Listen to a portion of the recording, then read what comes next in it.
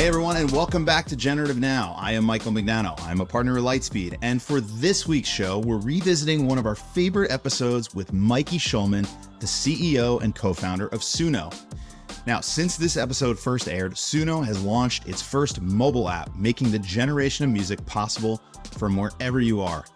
In this episode, I spoke with Mikey about the hack that was key to making music with Suno, why AI will change the format and structure of songs, and what it means to disrupt the AI-generated music space. So take a listen to my conversation with Mikey Shulman. Hey, Mikey. Hey, it's great to be here. I am so excited to talk about Suno. It is definitely one of the most fun AI products I've played with, and it seems like others that have used it all have similar feelings. And so I'm excited to get into it, excited to get into the story.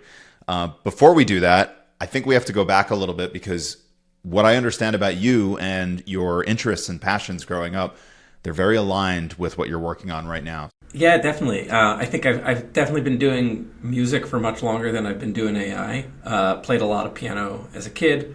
Taught myself a few other instruments. Played bass in a lot of bands in high school and in college in New York. Some very small clubs that maybe you've heard of. And really fell in love with it. I think, I remember very distinctly the first show I played ever was with a four-piece band, and I remember at the end of the night getting a very small stack of bills from the promoter, and I remember just thinking like, wow, this is criminal. I know that I had more fun than the audience did tonight. It wasn't a very good show, but it's just so fun to make music with people, and I guess it comes full circle, having done a lot of stuff in between then and now. Being able to let people make music is a lot of fun, and they enjoy it, and it definitely feels good that we make something that makes people smile. Well, it sounds like you were entertaining people. You were getting paid for it. So, what about did you and I guess your bandmates? Did you try did you ever spend any time in the studio? Did you try to record music, or only ever really playing out live? We did. We recorded one EP. I'll say, like, I'm certainly no seasoned studio musician, so take this all with a grain of salt. But like a lot of takes, it's like laborious and at least for me, in many ways, less fun than just playing for fun. I actually remember one track. It was actually like a really good take, and I actually kind of like slipped off my chair a little bit, like at the very, very end. And we end up having to basically redo the whole thing. It was like really, really sad. Yeah. And just thinking like, wow, that would never have happened if we weren't recording. So it seems like you were very focused, or at least for part of your life, really focused on music, but you studied physics at Harvard, which was a very, very different thing than music. And then you end up at Kensho. Right. Tell us a little bit, maybe how did that happen, and tell us a little bit about Kensho, maybe for people that don't know about it.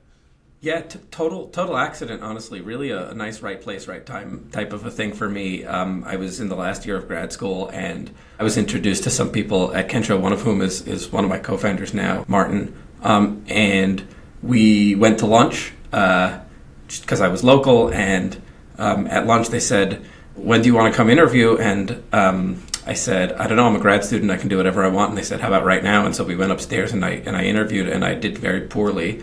But they decided to give me a chance. And yeah, like I said, right place, right time. A lot of stuff kind of luckily went right at Kensho. So Kensho was a company that did machine learning for financial services.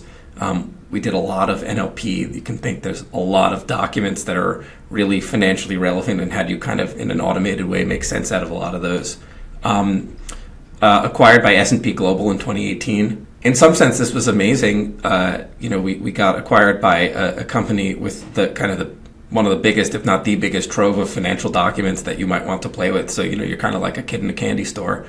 Got lots of good data to train on. We had a lot of fun, learned a lot, met a lot of great people. And sort of was the impetus for starting Suno is we did one audio project, which was learning to transcribe earnings calls, so do speech to text on public company earnings calls. So I don't know if you've ever read one, Mike, in your seat, the transcript. I have. Yeah. I have. When I was at Spotify, I would try to listen to most of them, but whenever I couldn't listen, I would read the transcripts. So pretty dense. Very a lot of dense information. Yeah, not real page turners, but there's a good chance then that you read an S&P transcript. Okay. And a lot of people resell the S&P ones, and they're perfect, those transcripts. And pre-2019, they really couldn't be done with any automation or machine learning. And so, people would ask, like, why don't you just go to insert your favorite cloud provider here and get speech to text from them? And the answer is that it will come back with so many errors that it will take longer to fix than to start from scratch.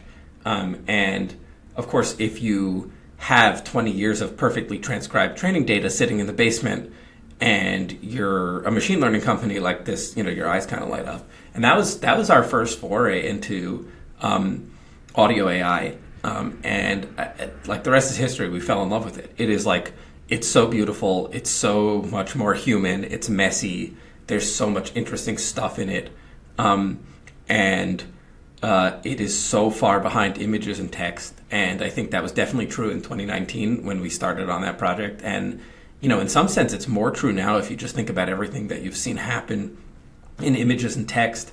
And there's nothing fundamental that says audio has to be behind forever. And that was, I guess, the kick in the pants that we needed to say, okay, let's go and let's do this right. We love audio. We love AI.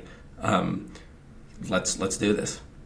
Yeah, I mean, that's an observation we had at Spotify often. And Daniel Ek, the CEO, has talked about this, in that audio is something that everyone consumes. We all listen to music. We all, many of us listen to podcasts, audiobooks, the radio. I mean, it is massive in terms of the amount of attention that gets allocated to consuming audio content. But for some reason, it hasn't necessarily been valued in the same way as say, video.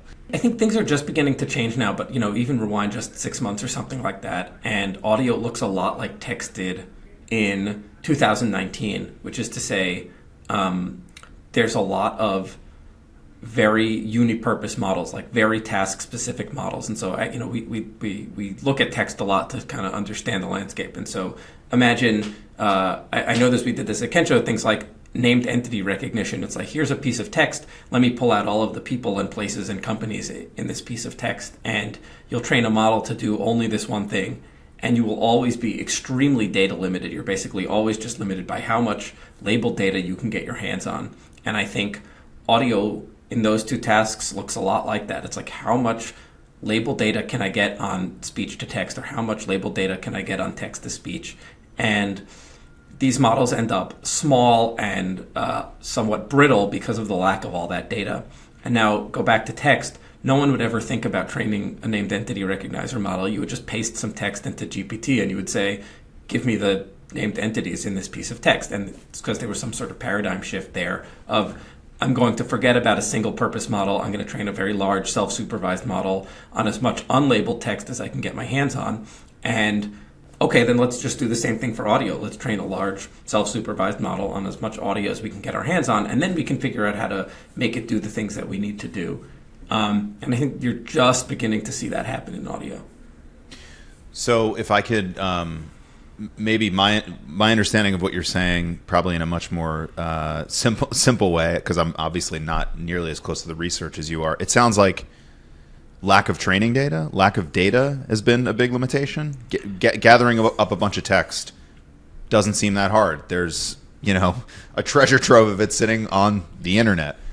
Audio, maybe not so much. Is that kind of what you're saying? Big time. So there's no common crawl or pile for audio. And even if you had it, which you don't, it's really hard to work with audio. You can't easily inspect your data. You can't easily search over your data. In text, if you just have two data points and you want to know, are these two data points the same? Are these two sentences the same? That's really, really easy to do. In audio, that's really, really hard to do. And so you just have to be much more careful with how you arrange and organize your data in a way that you just don't have to in text. And so, yeah, it makes people not want to do it. Got it.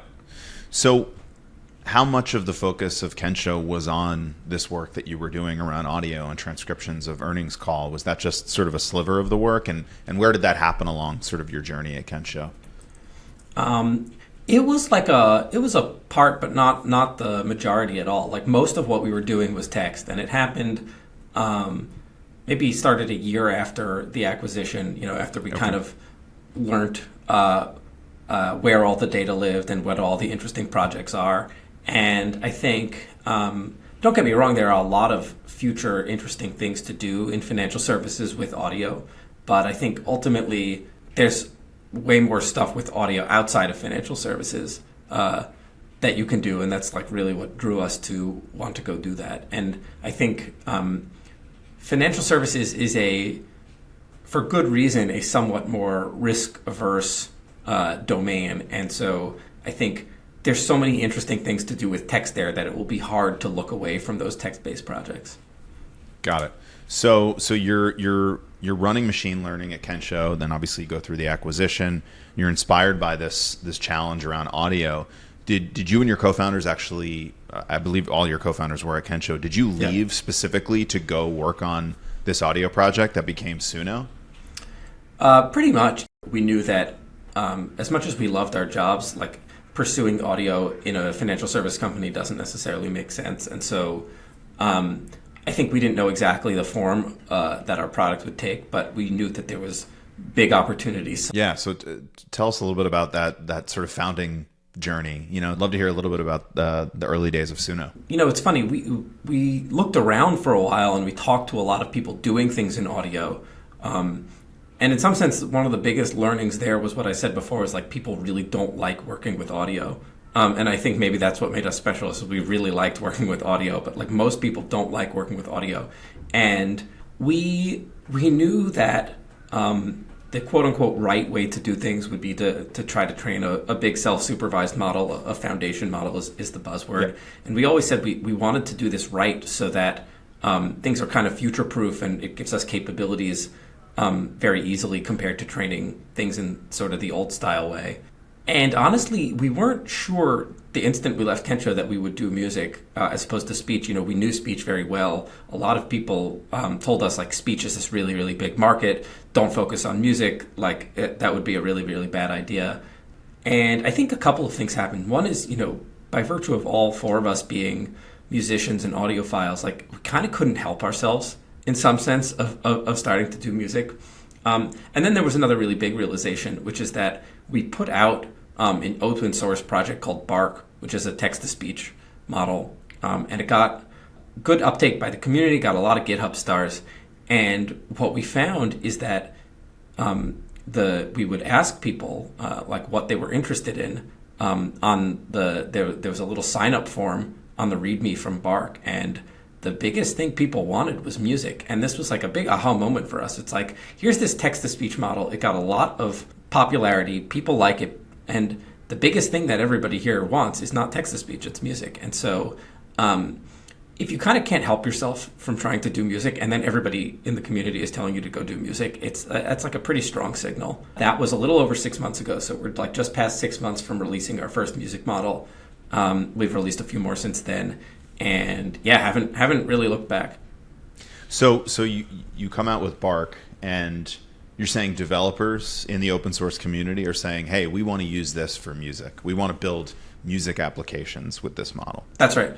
And in fact, we had a little Discord server, and we would see people trying to pull music out of Bark, albeit poorly. And this is like a real clue of like, here's somebody really abusing your model to try to do something it's not meant to do because they really want to do it. Yeah, and what was that like? Like, did it work? Was it actually spitting out music, or what did that even sound like? I will decline to say what is and is not music. It spit out like little bits of music sometimes, not terribly reliably, obviously. And sometimes it would sing, and sometimes it would be background music, and it was a total crapshoot. But this was a model meant to do something very, very different. Got it. And maybe talk a little bit about the model and how it worked, and give us sort of the simplified version of how this model works, maybe compared to for some of the other modalities we talked about, text and video. It's no secret. We're big fans of transformers. This is probably our text backgrounds. Not all audio is done with transformers. There's a lot of audio that's done with diffusion, and these two methods have pros and cons, depending on the modality also. But we are big fans of transformers. Some of it was inspired by some academic work, but there really was very little out there in the open source around doing things in audio with transformers, and so there was a lot of kind of basic research or technology that we had to build. We had the good fortune of, by picking something like transformers, where there's a lot of work being done in text, there's a lot of stuff from the open source that we were able to borrow. So if you go and you look at the source code for Bark, you'll see big capital letters. We thank and attribute a lot of the code to, for example, Andrej Karpathy's Nano GPT, which is like a really, really easy stripped down implementation of GPT. And it's just like having resources like that available to us really let us focus on the bits that we love to do, which is really understanding audio and really trying to model audio correctly. And so Bark was a series of a few transformer models that you need to turn text into ultimately nice sounding speech, or in sometimes in some abusive use cases, nice sounding music. But it's crazy to think that was a year ago. I think we've advanced a lot in the community, and the open source community and the research community has also advanced a lot since then. So developers wanted music. You guys, as founders, were very passionate about music. Sounds like you were all musicians, but maybe beyond the passion for music, why music from a product direction? Like, what's the opportunity for generative music? I think there's a lot, and I think we only focus on some of it. I'll tell you the corner that we focus on, which I think is the most interesting and the most fun, is making music that doesn't exist. And so I think, the way we think about this is, let's just look at the music landscape right now. Most people have a streaming service like Spotify or Apple Music, and they kind of sit there passively listening to music much of the time, maybe not even paying attention to it. And there is so much more to experiencing music than just that. And one very big thing is creating music, and I guess I'm lucky to have experienced that joy creating music with people. But there's usually a pretty big barrier to doing that, which is like getting pretty good at an instrument or getting pretty good at some complicated piece of software like Ableton or Logic or even GarageBand. And you can think generative AI is a tool, a means to an end, to letting everybody kind of take the sounds that are in their head and make really nice music out of it. One thing that like we often think about is, you look at like the gaming industry is 30 to 50 times bigger than the music industry. And, if you wanted to be really reductive about why that is, it's because you are a very active participant in gaming. And so, one thing to think about is like, what are the other 49/50ths of music that we've just yet to build a compelling product experience around? And it's not only like I sit in front of my computer and I make music and then I share it with someone, although that is really, really big. But there's lots of things, from doing it with people, like you often play games with people, and that can be some of the most fun gaming experiences. We talk a lot about having collaborative concerts and stuff like that, or little jam sessions. There are, I think, totally unexplored social dynamics around what happens when you let people make music for their friends and share it the same way you might do with an image. So there's just so much that is, I think, unexplored, and we're just beginning to explore the creation bit now, but there's a lot more to come after that. Maybe to set the context for, I'm sure, a lot that we're going to be talking about with this, what is the product today? Just talk about what Suno does specifically today. So today we let you, in a couple of ways, make songs that don't exist right now.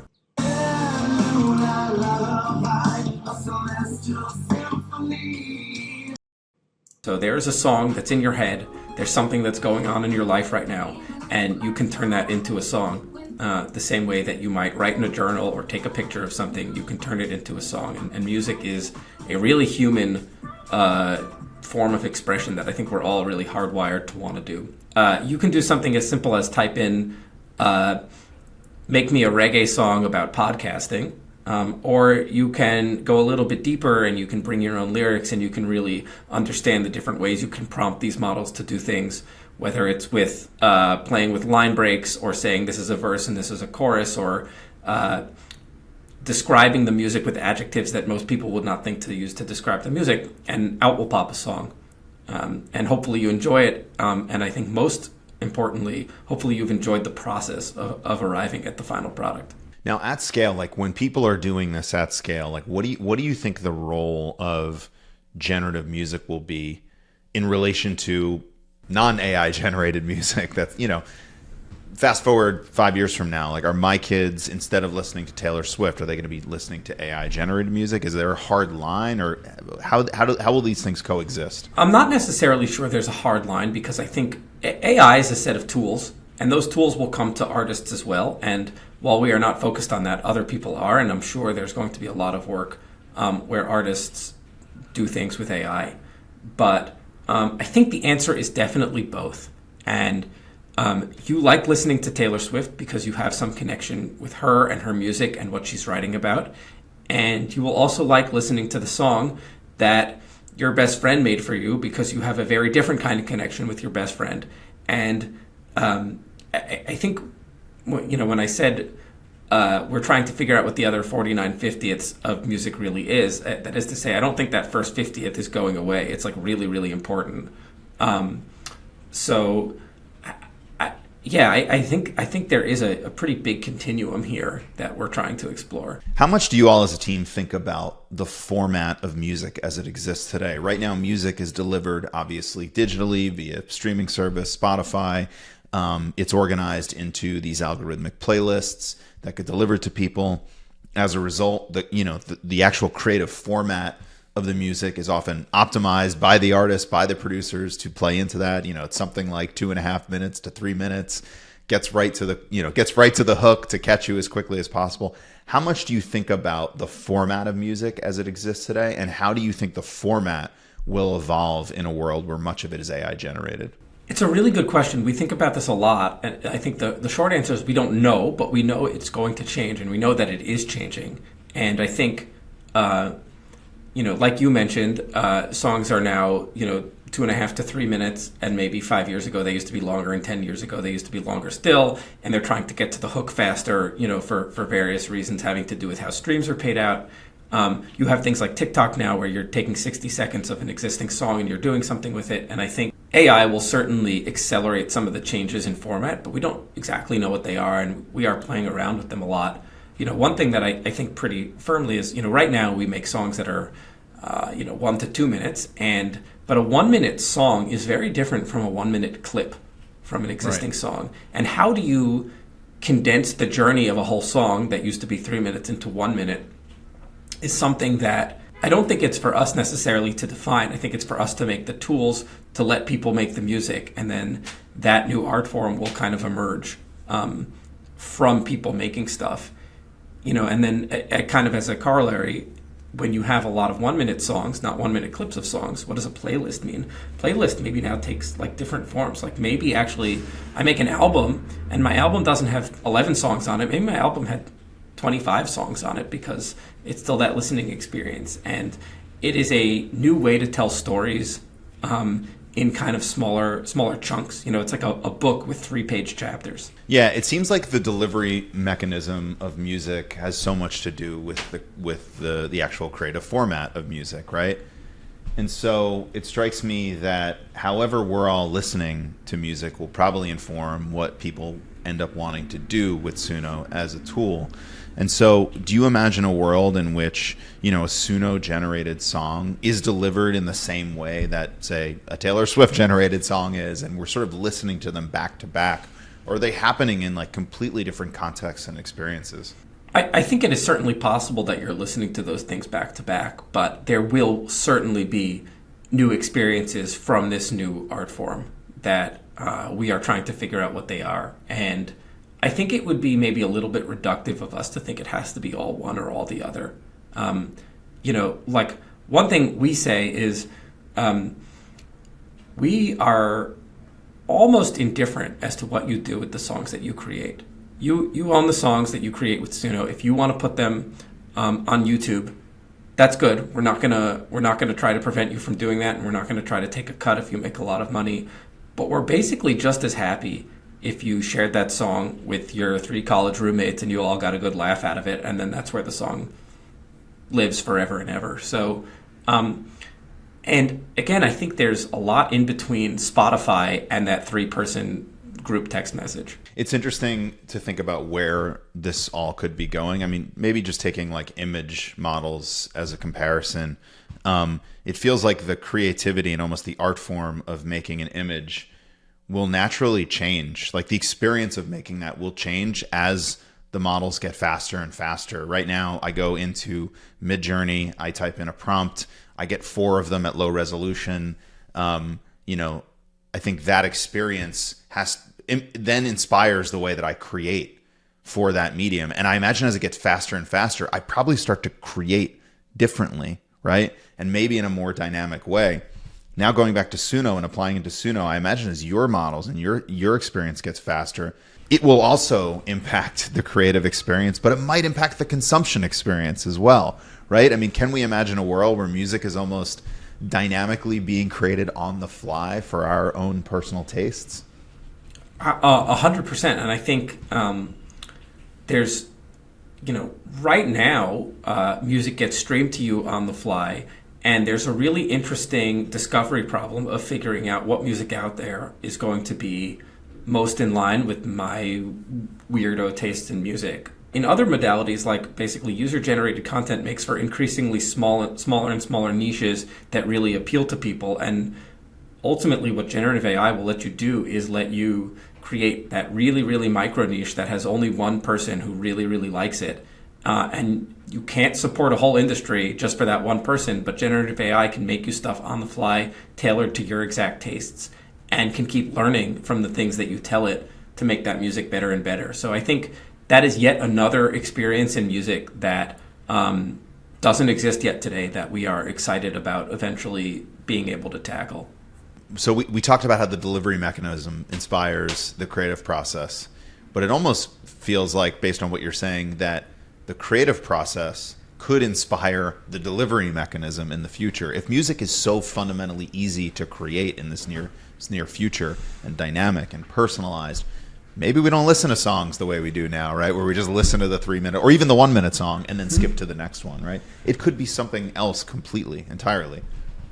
100%. I think one of the big unknowns here. I'm 100% sure you're right, and I'm also 100% sure I don't know the answer to exactly what it looks like. Yeah, me too.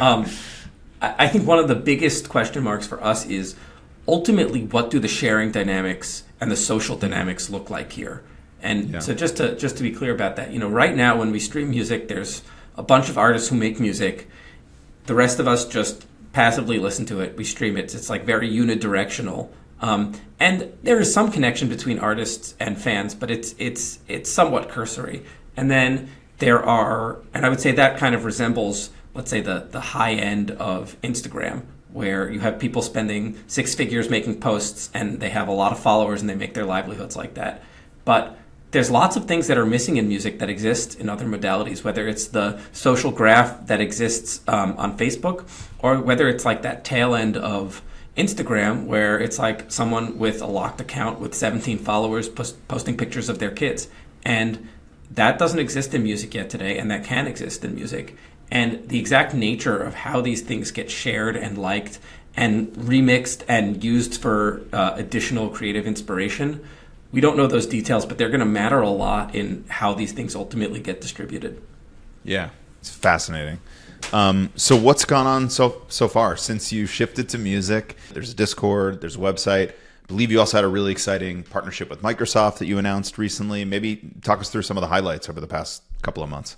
Yeah, so we started on Discord, and it was an amazing way. We had a Discord from our open source work, and it was an amazing way to get our stuff out to the community and see how people liked it.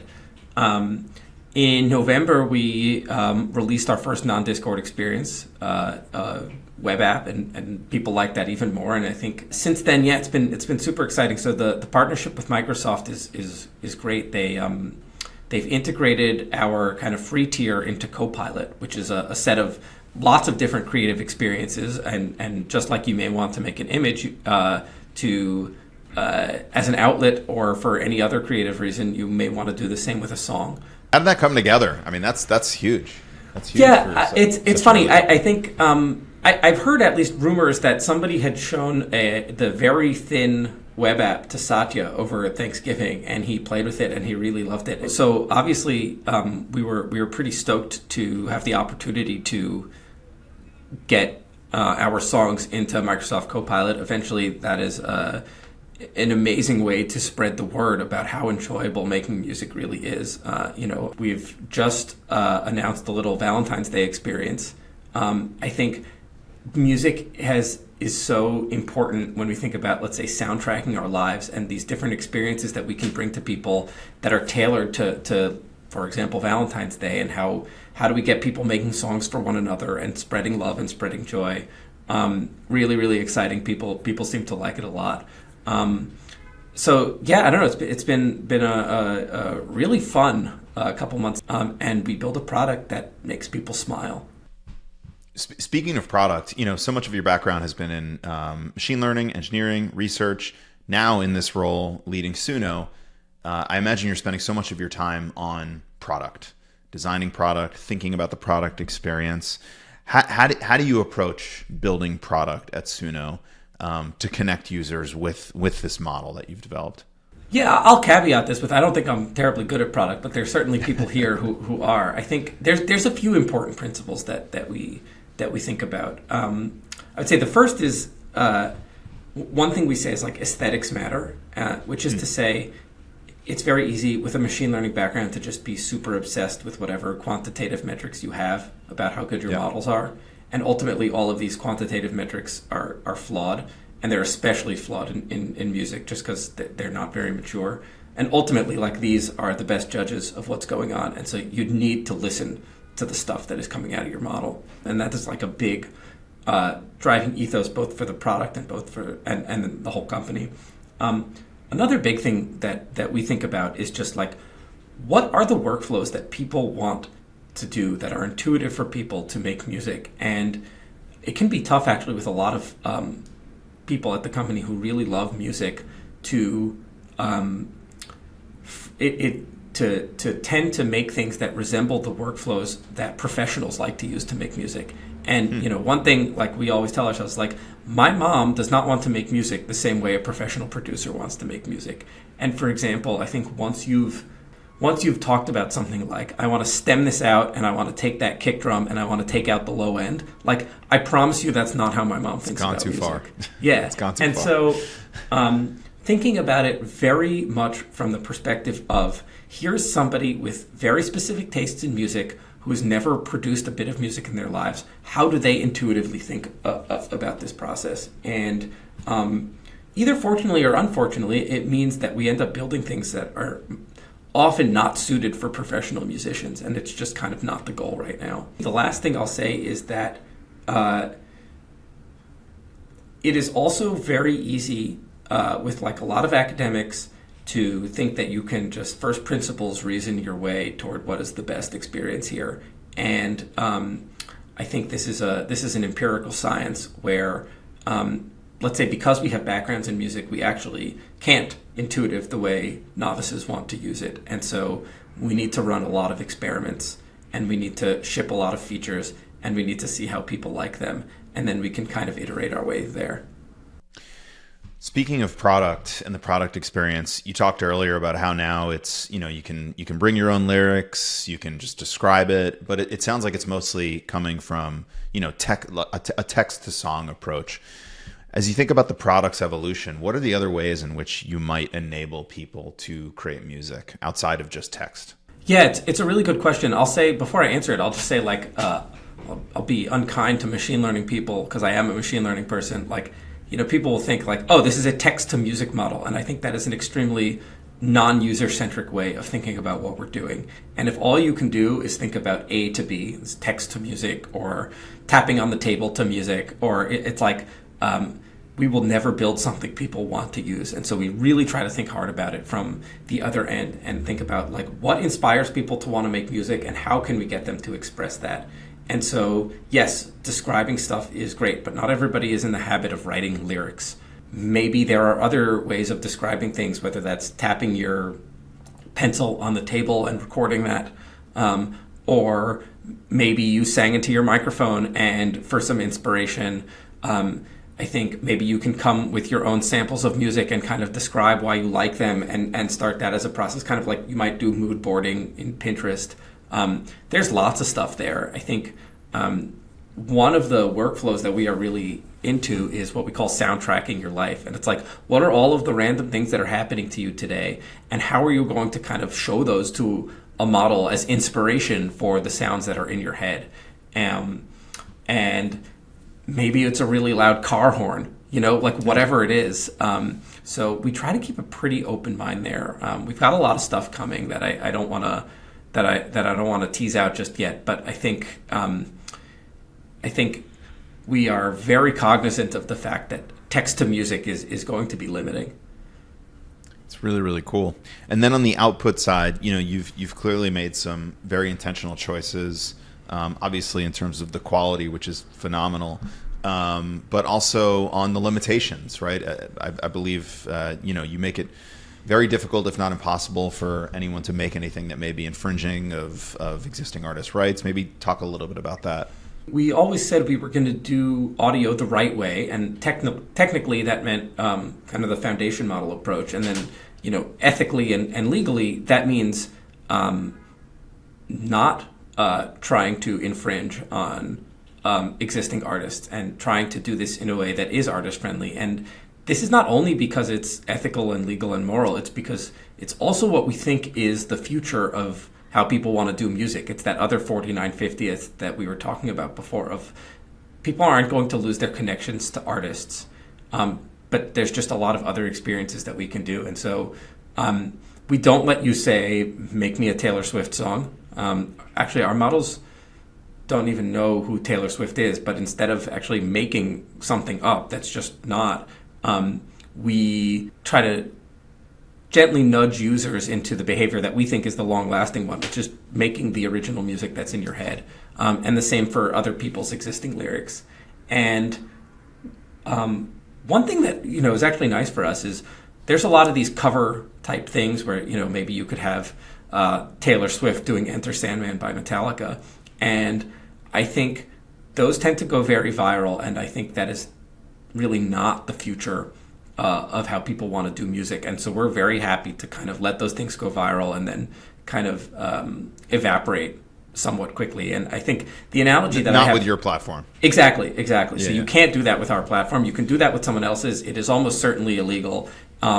It is very viral, and I don't think that is the long-lasting use case. I think the analogy that I have in my head for making covers, for Taylor Swift covering Enter Sandman, is the first time you played with GPT and you made a Shakespeare sonnet about drinking coffee, and then you made another one, and then the third time you were like, this is cute, but this is not what I want to do. And that doesn't mean that GPT isn't extremely cool and useful, because it is. It's just not for writing parody Shakespeare sonnets. The comparison to GPT makes me think, one of the things that people knock it about is that, it sort of, when you try to get it to do things that are really creative, it sort of hits this kind of upper bounds. And maybe that's because it's training on the world's knowledge, so it's sort of it bumps up against the limits of that knowledge and that information. Thinking about music, though, music is obviously so creative, and if you think about like the greatest artists ever, so many of them became the greatest artists ever because they did something that no one had ever done before, right? And so do you imagine a world in which Suno and maybe just music models in general can do things that have never been done before? Or is it always going to kind of hit up against the upper limits of everything that came before? Yeah, I think we can make music that is kind of above the limits of what we've seen right now. And I think that for a few reasons. One is, humans keep making music that is above the limits that humans continue to see. And so they are, standing on the shoulders of giants. You get inspiration from everything, not just from other musicians, but you get inspiration from the car horn that honked outside of your window. And there's a lot of new ways that humans can be inspired by these models as well. So am I using autotune when I record my album? Like, that did something that was impossible for a human to do, to sing that perfectly, and then the tool let me do it. Or did I use an effects pedal on my guitar? That was impossible to pull out of my amp, but that thing did it. And so I think this is kind of a natural progression. And I don't know where the line of which constituted AI and which was not, but I think that's kind of always been a part of this. And I'll tell you one thing that I'm actually pretty excited about. If you think about the progression of music, more recently, progress in music looks like things that are sonically interesting, so like interesting sounds, but not necessarily more interesting chord changes. And I think AI has the potential to kind of bring that back, where you do more interesting stuff melodically and harmonically. It also obviously sonically, but I think it is a